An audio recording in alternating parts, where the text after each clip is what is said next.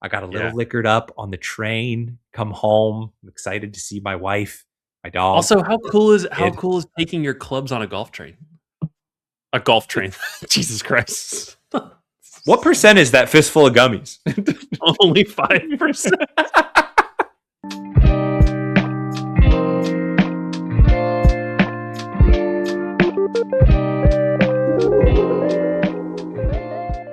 Today on Must Play, TJ and I have a good one for you guys today. We are going to be talking about 3 courses each that we think we need to go make a trip to in 2026. And we're going to let you, the audience, ultimately pick at least one that we absolutely have to go make a voyage to. We're also going to be reviewing some of our courses that we set out for our 2025 goals and whether or not we hit those and what excuses do we have if we didn't. First, TJ, how you doing? I'm great, Sean. Guess what? Your time. It's a beer day on a podcast day. Cheers, brother. Got Cheers. a nice, what have I got here? I've got a nice small beer. Shout out to Mason, the boys over at Small. 2.5%. Sunday. Nice. It's the Lord's Day. I usually don't drink on the Lord's Day, but if it's under 3.5%, I'm allowed to have it. He looks the other way when it's under 3. Yes, God does not judge. I have a fistful of gummies, sour beer from Second Chance, a San Diego brewery I know you're familiar with. One of my favorites. One of my favorite sour beers. Soon we will be hopefully drinking a different type of beer when we start doing some more live broadcasts. I know we just ripped our first one today. What'd you think? I had a great time. I started off solo, and I will say ripping one solo by yourself to not a lot of people can be alarming. You sometimes you get lost on a different screen. I'd go to send a text to somebody or check an Instagram chat that was popping off and forget that the other screen was streaming me for 5 minutes, not saying a word out loud.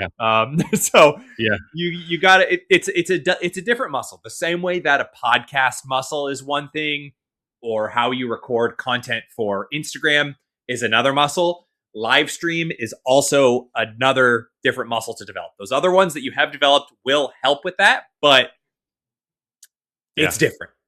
Yeah, I bet. Luckily, you came in the middle of it. You saved me. You saved me in the middle of it and gave me someone to feed off of. I pulled up my phone and I saw you live and I was like, oh my God, I had FOMO instantly. And then I realized I'm part of this too. So I just texted you and I was like, I want to sign in right now. That was fun. Yeah. Let's get into today though. Yeah. So how this came about, we get a lot of comments on our YouTube videos when you always post, where do you guys want to see us review next? And the reason that we are unable to post more must-play reviews is because you and I have to go play something together. We don't like to review a course if we haven't played it. Mm-hmm. And there's only so many out here or out there that we get a chance to do so. Hopefully this year that gets a lot better. But we're putting our foot down and we're going to say, no, we have 3 courses at least that we need to go hit here in 2026. And I asked you to come with a course that fits 3 different categories. So there's going to be the first category called the heavy hitter. This is a high-end or a famous track. So hopefully we each have a course that fits that bill. The second one being the value find. This is like a local muni, diamond in the rough, something that might be good value on one of our, bang for your buck tests, for example. Mm-hmm. And then the third one is the Wildcard. And this is a course with a weird history, specific Mustie potential. It could be for any reason, honestly. It could be something that you double up on. But one course from each of those, and hopefully we don't pick the same courses. If we do, I got something loaded here in the back pocket. Gosh, if we end up picking the same one, I think that just means that's one that automatically gets added onto the 3 that we have to do, right? True. But again, we'll let the audience vote. And I think we'll be doing that through a poll, and we'll let people select which one we absolutely have to go hit. But yeah, if we don't get into the sponsor. Let's hear. I want to hear who's taking care of us today. Well, you're wearing them right there. So before we get into it, we're going to hear from our sponsor for today, Devro Golf. This episode of Must Play is brought to you by Devro Golf and their brand new Spring 26 release dubbed the Westward Collection. If your golf wardrobe needs a reset, then this is the time to act. The Westward Collection brings clean, Southwest-inspired knit polos and lightweight layers that are going to work on the course, at the range, or even wherever you're heading after your round.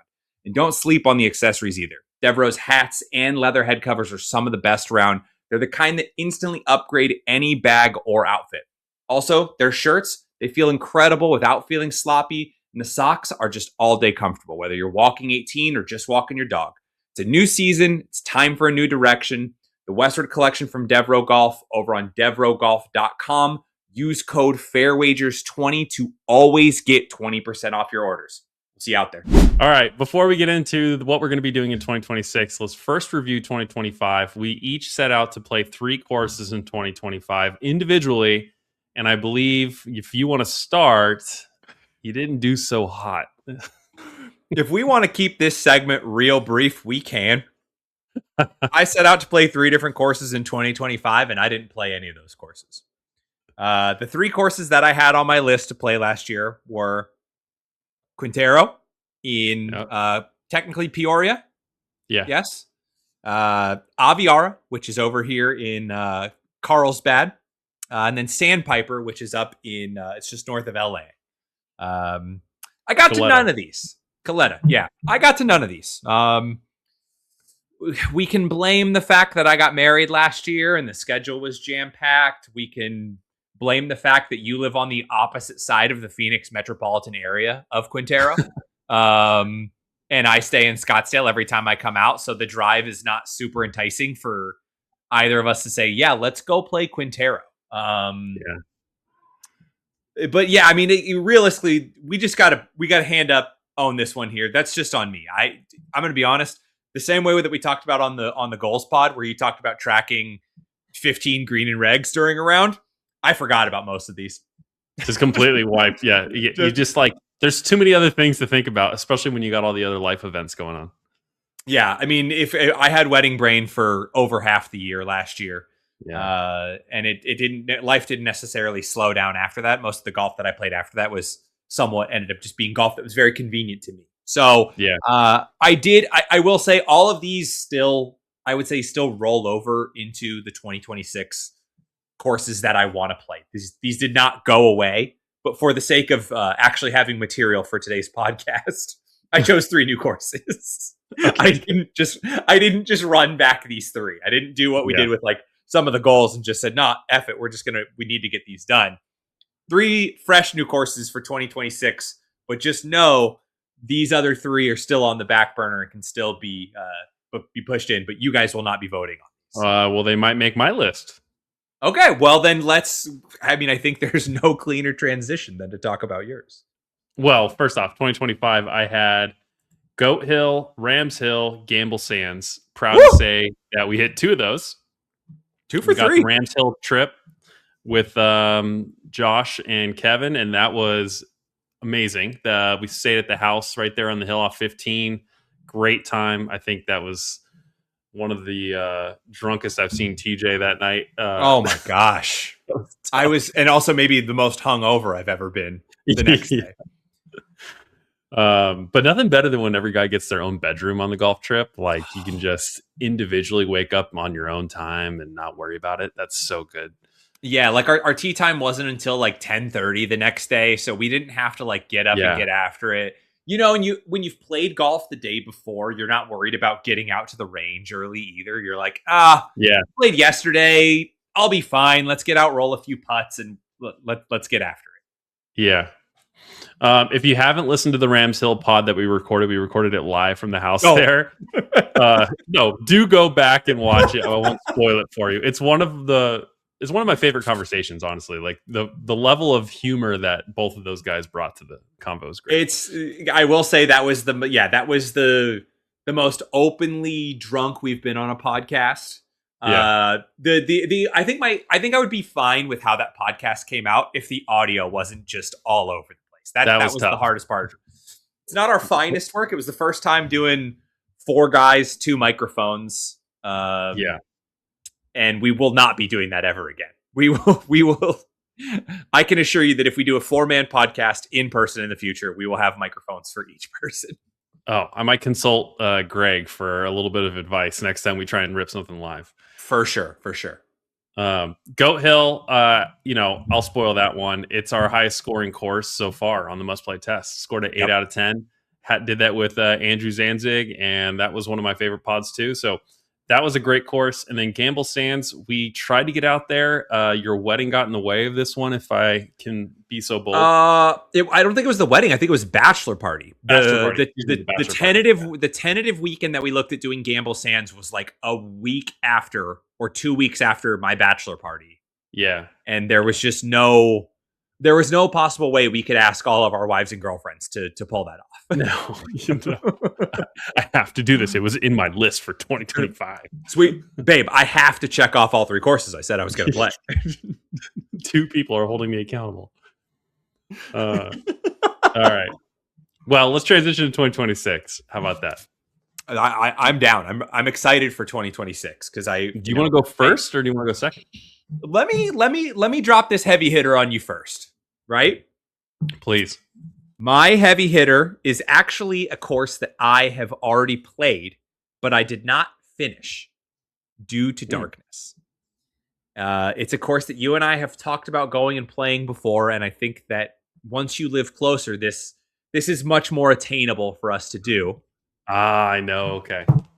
PGA West Stadium Course. Famously home of the American Express. The why for me is I got to finish this round. We finished 17 holes. And then if you've ever been to Palm Springs, as soon as the sun goes behind the mountains, it's black. It's done. You're done. You're cut off.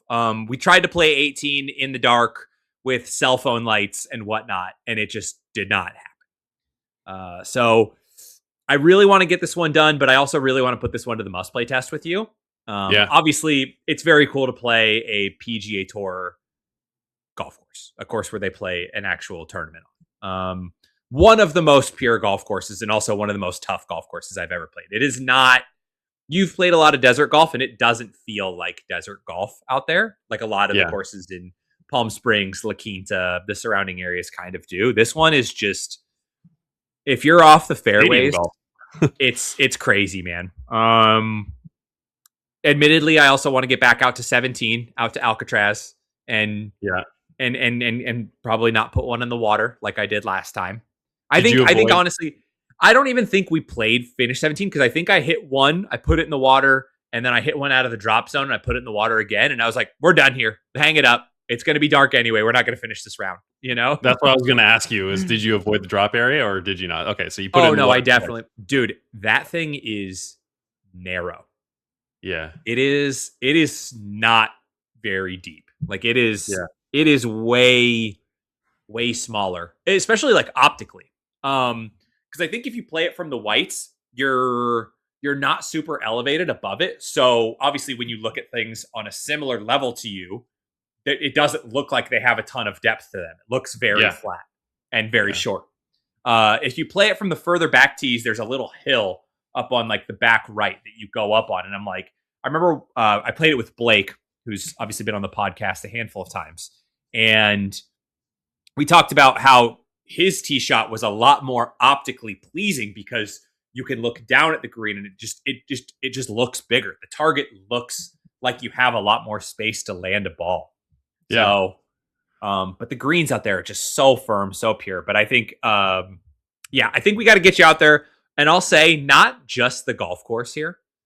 Pro Shop / logo is like a definite pass on my book. Yeah. I know you bought a hat from them, didn't you? Or no, you bought a hat. I have a hat and a hood. I bought both. Okay. I did. It passed the must play. It passed the Jones test for me. Okay. Practice facilities are top notch. Like we ranked Rams. It's right up there with Rams. Like it could take over the Mustie for practice facilities. Okay. I believe it has all of the different digital readers of what the yardages are actually at for the markers out on the range that day. Yeah.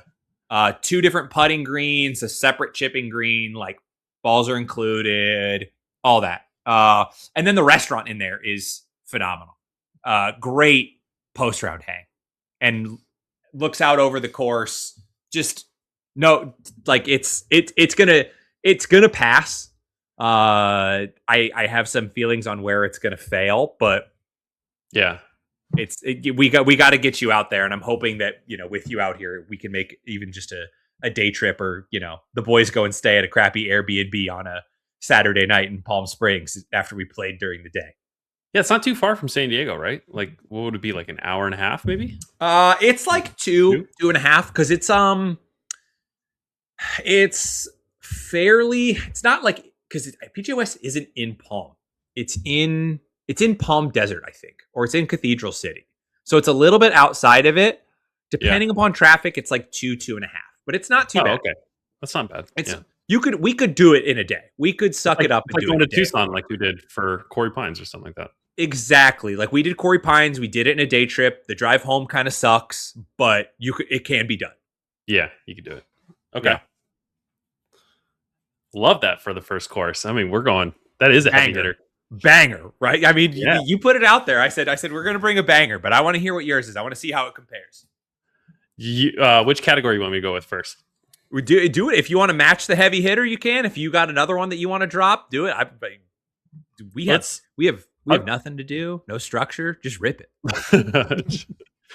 We're just flowing, man. Heavy hitter. I'll do that one. You Okay. already said it. Quintero. Yeah. It has to be. I cannot do another year of this pod with people commenting Quintero on YouTube or anywhere else, and then being like, "Yeah, we just got to get TJ out there." Yeah. You need to get out there. It's far from me, like I said, but if you guys notice, my background doesn't look like it used to look on this podcast. It's because we're moving. I've torn this office down essentially. So we might be making the trip out from California together, or maybe before we move. I don't know how that situation is going to work, but yeah, Quintero, let me pitch you on this real quick. If you want a bucket list course in Arizona, this is continuously rated one of the number one public golf courses in Arizona. It just got renovated. They closed it down for a little bit last year, and they just reopened in the fall or the winter. So there's a good reason to go check it out. A lot of people want to know what it's like since. It is some of the most gorgeous views from a hole that you'll ever see. Some of those par threes are diabolical. Like, you're going to fly a ball hundreds of feet down into a green that you're like, how many clubs do I take off? The practice facilities there are insanely good. You feel like you're at a resort, but there is no resort there necessarily. So you're just out in the middle of the mountains. Kind of like, if you played like a Sedona resort course where you're just like, you're out in nature kind of thing. There's been two times where I felt like that in my life on a golf course. Sedona, Seven Canyons is number one. Number two is Trails at Bandon. Oh God, yeah, for sure. Trails is crazy because you feel like you're the only person on a golf course. Yeah, which is a surreal feeling. This is like if you probably haven't played Ventana Canyon in Tucson either. No, I've heard. It's just saguaros everywhere on the mountains, and it's just like so cool to see. A lot of elevation change, and just if we're gonna put it up to a must-play test, I mean, this could be the benchmark that other Arizona courses have to compete with. Because let's say, for example, I take you somewhere else, really good course. And we rate this better or equal to Quintero. Now we know, in our book, the must-play test doesn't weight the same way Golf Digest ranks courses, obviously. So where does that change things around? Because we don't have our top Arizona courses so far have been grass clippings. Nation got a 7. Greyhawk got a 7. Papago got a 6. Dobson, we need to do justice and bring it back. We might have to do some redux after changing a few of the questions on justice for Dobson Ranch. Justice for Dobson. So there's someone needs to set the bar. There's definitely an 8 or a 9 in the Phoenix area. It's out there, and you think Quintero could be the one? I think Quintero is going to check a lot of boxes. I would be shocked if it's not 7 or higher. Okay. Yeah. Okay. So, I mean, obviously, heavy hitter. I didn't need to be sold on it. It was obviously being a rollover from last year. I appreciate you doubling down on it, though, so that we have to kind of force it. if I were to, I won't lead any of the witnesses that might be voting on this. So we'll continue to roll on. Okay. Give me your value find. All right, my value find is going to be another oceanside golf course, much like Goat Hill. It's going to be Arrowwood, which is just a little bit more inland from there. Arrowwood, while some people might not look at the price and say it is a value find, for Southern California, a $90 weekend twilight is definitely a value find. Yeah. The sliding scale here, right? It is the sliding scale where there are a lot of people across the country who would say $90 is a value for a full course like Arrowwood is. Yeah. It is definitely a value find. I'm pulling it up right now. I'm not the price. I just want to look at the course because I haven't played here yet. So I think heard good things. Yeah, I think it's 100 during the week for regular, 70 twilight Monday through Thursday, and then weekends are 120 and 90. Okay.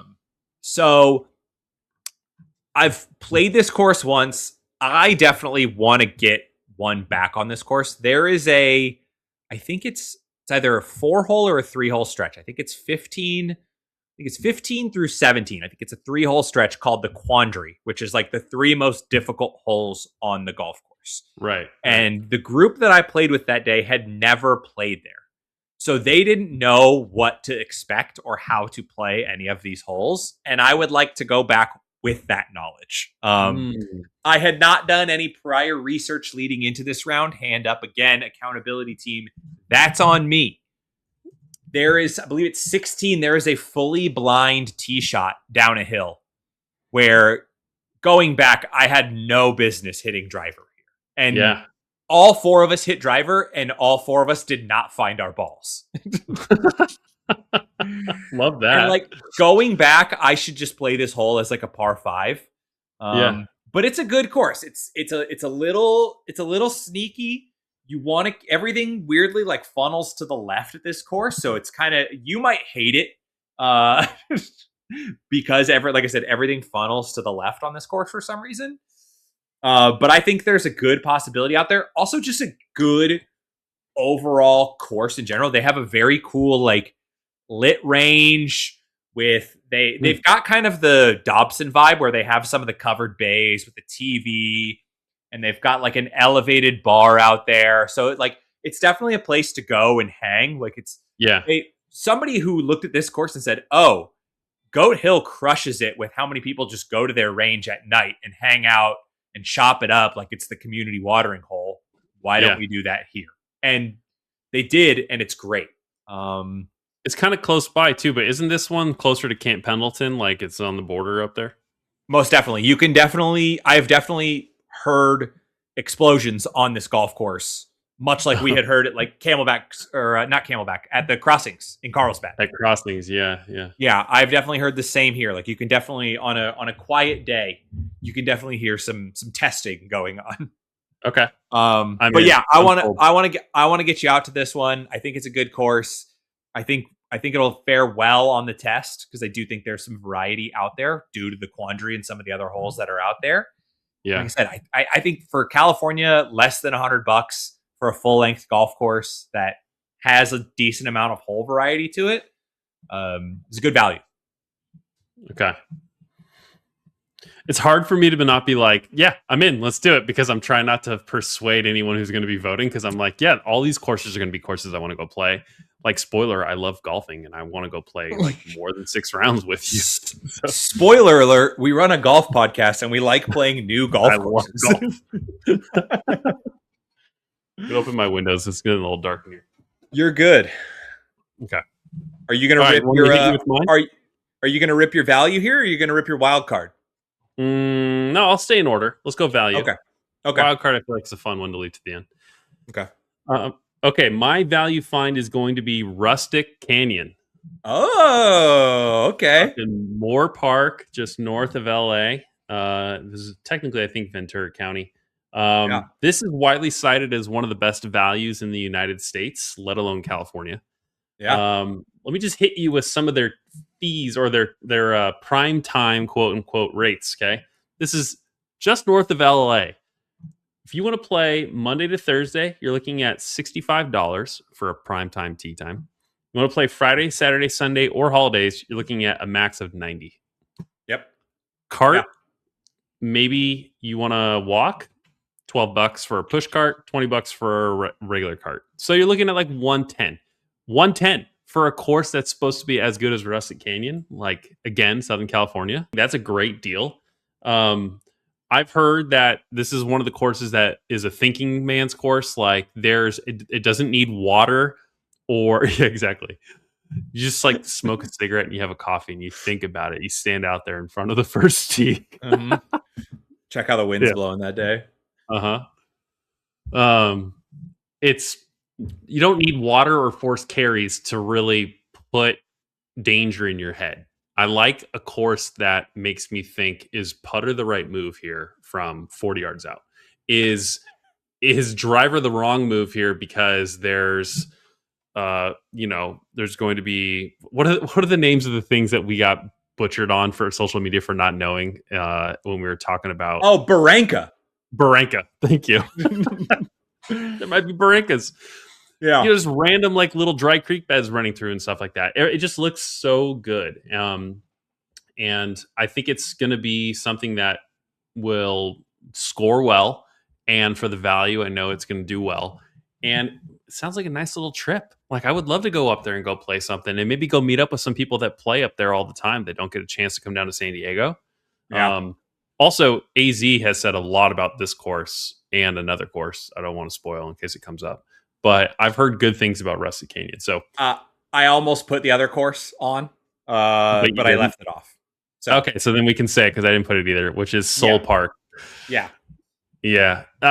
Soul Park sounds insane. I should probably put that on here, but I bumped it off for Rustic Canyon for value find at the moment. That's fair. Yeah. I almost went somewhat similar area, a little bit more Inland Empire, and I almost threw Oak Quarry on here as well.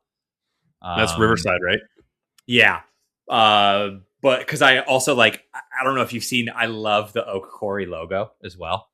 And as anybody who has been following along on social media knows, I'm a very big golf course logo guy. Or if you follow along with the podcast, I'm always the one who is, we get to Jonesy test and all of a sudden I talk for 5 minutes straight and then everyone goes, yeah, I agree with TJ, it's a fail. Or I agree with TJ, it's a pass. And then I'm like, oh yeah, I almost always take up the Jonesy test. If you have a logo you think TJ would like, make sure to send him a poker chip. He loves collecting poker chip ball. Love poker chip ball markers. Abolish poker chip ball markers. Abolish them. They're terrible. I will say, if that is your thing to collect from golf courses and that's how you want to display what golf courses that you've been to, by all means. But do not lay down an inch and a half,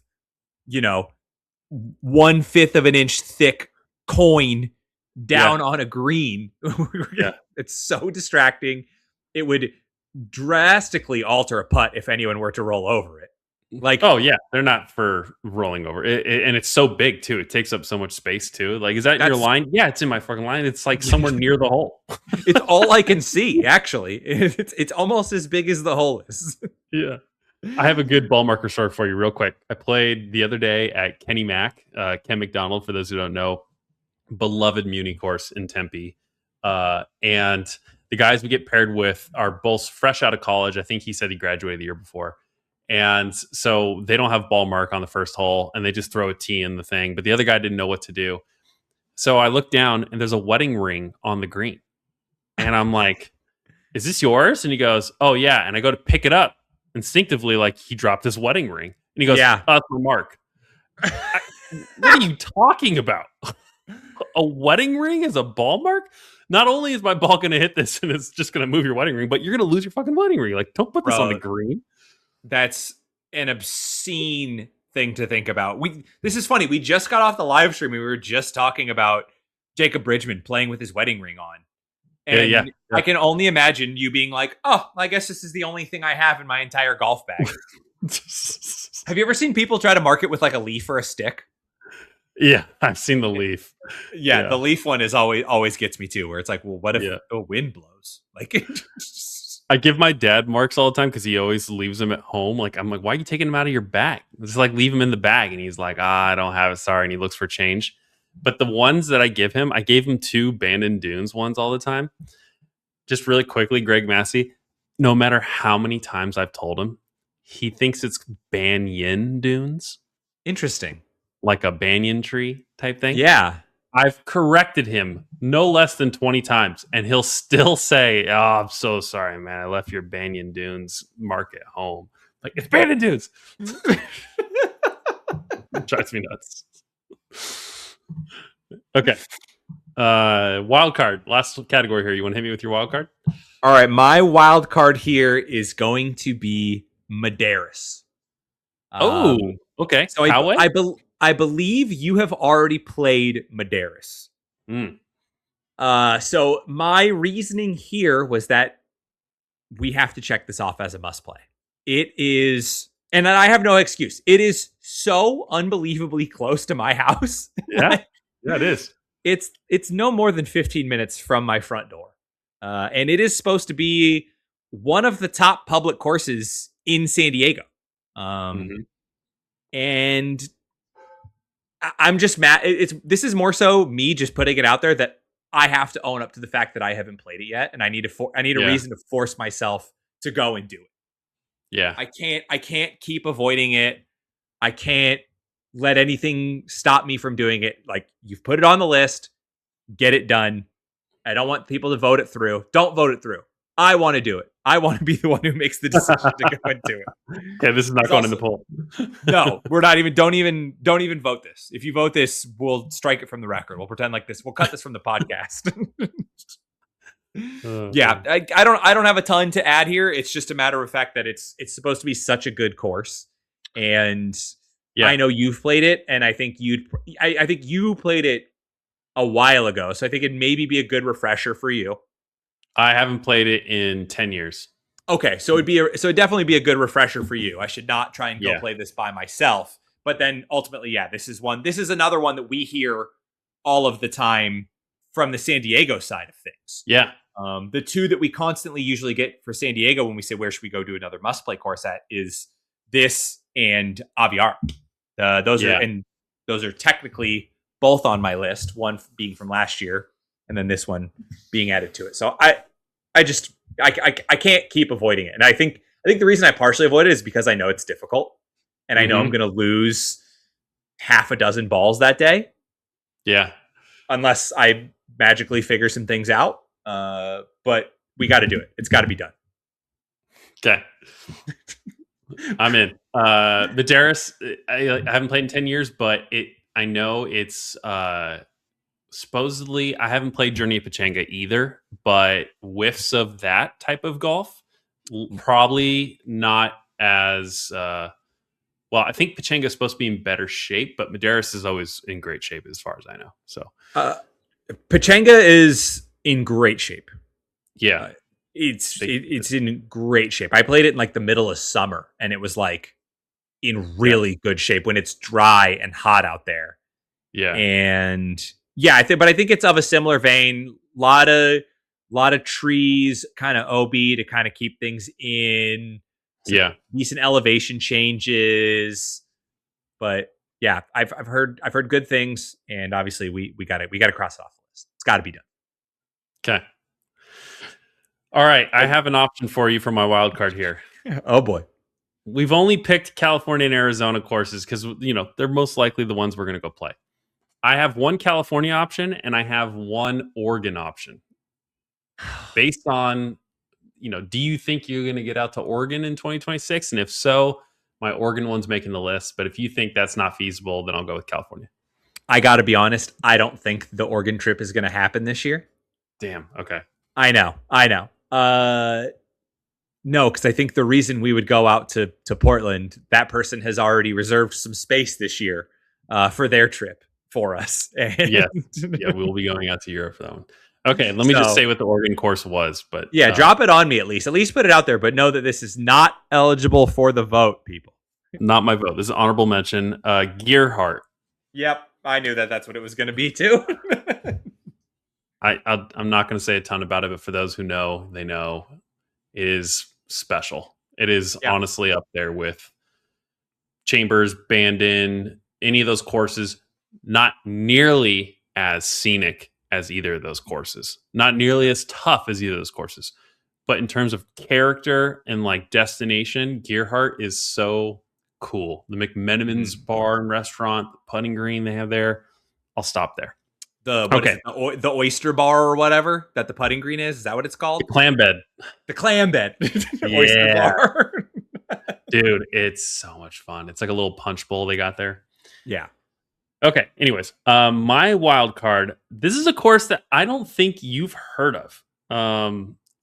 But I want you to Google it immediately when I say it so you can see their logo and I can get a live logo reaction out of my guy. All right. You ready? Yep. Lay it on me. Strawberry Farms Golf Club. Oh, it's it's not San Clemente, it's OC, isn't it? Yeah, it's Irvine. Yeah. So I know of the name Strawberry Farms. Yeah. I've driven past it a handful of times, like going from like LA, going out to like Dana Point. Yeah. Or going to San Clemente. But I do not. Is the logo just? Oh no, folks! This logo is real bad. You want to describe it? I'll put the graphic on here for those who are watching, but for those listening, if you're listening, this is not even a golf ball size strawberry. It's a very small strawberry on a wooden tee with two crossing golf clubs behind it, and then a banner that says Strawberry Farms on it across all of that. This is 5 individual pieces of clip art as a logo. Stapled together for sure. This is dude. The thing I want you to go here and I'm gonna buy you a piece of merch so I can see you wear I can only imagine. The biggest thing for me with like a lot of golf course logos is how do they look as embroidery? Yeah. And this is gonna look terrible embroidered on a polo. What do you think? What do you think the big letter hat for Strawberry Farms is? Berry. Just or it's STRWBRY strawberry. Hold on. So the other thing I do here when I look at these is try and see if they've got a vintage logo because a lot of times right now the vintage logos are way better and they went through like a modernization in the mid 2000s. Yeah. That's a lot better. But then I also love to check eBay to actually see how the logo looks on things. Oh, I'm looking at a golf ball right now and it looks so bad. So bad? Okay. Well, let me pitch you on the course. Do you want to just send me to this course? I know it's a good course. It's a good, from what I've seen, it's a good looking course, but this logo is so bad. Also, can we pause really quick? I got sun coming in my eyes. Yeah, we can pause. That's such a cliffhanger. All right, go ahead. All right, here's the pitch of why Strawberry Farms. You just said it. You drive by this course all the time. You see it on the way out, right? You haven't stopped yet, though. You know it's a good course. You see reviews. The reviews are great. Well-maintained, awesome views, really fun holes, delicious restaurant. Everyone says the restaurant here is one of the better restaurants at a course. People, I would say a quarter of the reviews of this course are for people who just came to the restaurant. But here's the pitch. Here's why I want to do it. We go up there. I take the family. You take Ashley, maybe even Lando, because dogs are allowed up here at this restaurant. And we go in the fall when they're running a pumpkin patch. They run a full pumpkin patch at the restaurant at the course. Okay. We have a nice little basic fall day. You and I peel off, go play 18, and meet up with the wives and kid for a pumpkin patch fall festival / restaurant day. Little delightful fall festival / golf. I think it would be so much fun. It looks so good during Halloween and pumpkin patch season. I'm just like, that would be such a fun trip. I will say, like, alternatively, if I'm just rebuking this, we have the strawberry fields / pumpkin patch in Carlsbad. I know, but that's no. There's no course attached to that other than Crossings, which is nearby. Or we could go play Aviara and check it off the list, brother. No, I want to do this. No, Strawberry Farm. You don't want to stay at Omni La Costa and do... Just making that more expensive now. What if you live in Carlsbad and you don't have to stay anywhere? True. Also, just like this course looks so opposite of desert. That's what I love about it. It's like, it looks like Parkland Golf, super green, in the bushes, the woods, like just beautiful all around. And I'm like, yes. Check. There's some scary tee shots out there where it's like a little bit of a forced carry over water, and then all that water like runs up the left side of the hole, and you're just 18, and you're just standing on there saying like, do not rush this swing right now and snap hook one of these so bad. Yeah. You're like, everything over here is wide open. The last thing you need to do is rush one of these. Like, Also, from what I can tell, this has always been their logo. Dude, I know. I can't wait to talk about that if we review it. But also, we just need more courses in that part of the California. We haven't done a lot over there, so I would love to do something. For sure. I regret a little bit not going a little bit more north than just PGA West Stadium. Because there's going to be a whole plethora of. I mean, even when I think about it, like San Clemente Muni, like that's a great course that was one of my honorable mentions as a value find. I had Gearhart, San Clemente as two value finds that I thought was fun. San Clemente. The tough part about, I mean, luckily it'll only be two of us, so it'll be easier to get on. But San Clemente is very hard to get a tee time. Really? And I'm sure as we start to venture up a little bit more north and start to get more Orange County, LA, Palm Springs onto the must play tests, and we start to garner a little bit more of that audience, and people stop just hammering us for Huicopa, Quintero, Aviara, and Madeiras for what they want us to do. People are going to bother us about Monarch. People are going to bother us about Trump International, or Trump National, Pelican Hill. Sandpiper will come up even more. Like, so we're going to start to get into that. I foresee a lot of Saturday day trips or one Friday a month where, we both take off of work. The boys just skirt out of town earlier morning on a Friday to go play some golf and make sure we're home by 8 p.m. Well, Sandpiper almost was on my list, but I took it off at the last minute. But my pitch for that would be we take the train all the way up to Sandpiper. Oh my God. And we either just make it a whole vlog of riding the train up. Yes. And just have or we just live stream on the train. Oh my God, that would be sick. Here's what we do. Okay. We're going to wrap this up. We wanted to keep this one a little bit shorter, but this is going to be what we're going to do if we do Sandpiper. Again, not eligible for voting. We'll explain what 6 are eligible for voting. We leave on like a Friday night or even like a Thursday night. We take the train up in the evening and we do beers on the train on the way up. And then we have a boys' night, and then we play golf in the morning at Sandpiper and then take the train back down. That sounds exquisite. 24 hours, we're done. And then you come home on like a Friday and you're like, oh, I still got the whole weekend. I got a little liquored up on the train, come home. I'm excited to see my wife, my dog. Also, how cool is taking your clubs on a golf train? A golf train. Jesus Christ. What percent is that fistful of gummies? Only 5%. It's fine. It's only 5. It's 97 beer. Damn it. I was going to say the only golf trains I've been on are bogey trains. Yeah. Folks, I think that's it. I think that's where we call it. I think we'll wrap it there. All right. So we're going to be putting polls out there. TJ will let you know. I think we'll be doing this on Spotify, maybe socials, and we'll be counting out votes. And one of these will make our list in 2026. And we would love to maybe golf with some of you guys on some of these courses. So if there's any of these that you've been wanting to hit up, let us know. Maybe we'll do some listener meetup. And I'm looking forward to maybe more than half this year being over there by you and playing some more California golf. Let's bang them out. I'm ready for day trips just to get more courses underneath the belt. Let's do it. Okay. All right, man. As always, please, we thank you very much for listening. We hope you rate us 5 stars or subscribe wherever you're listening or watching to this. You can listen to this on Apple and YouTube and Spotify, excuse me, and watch this over on YouTube. It helps us keep us alive, and we thank you so much. And TJ, we'll see you soon. Deuces.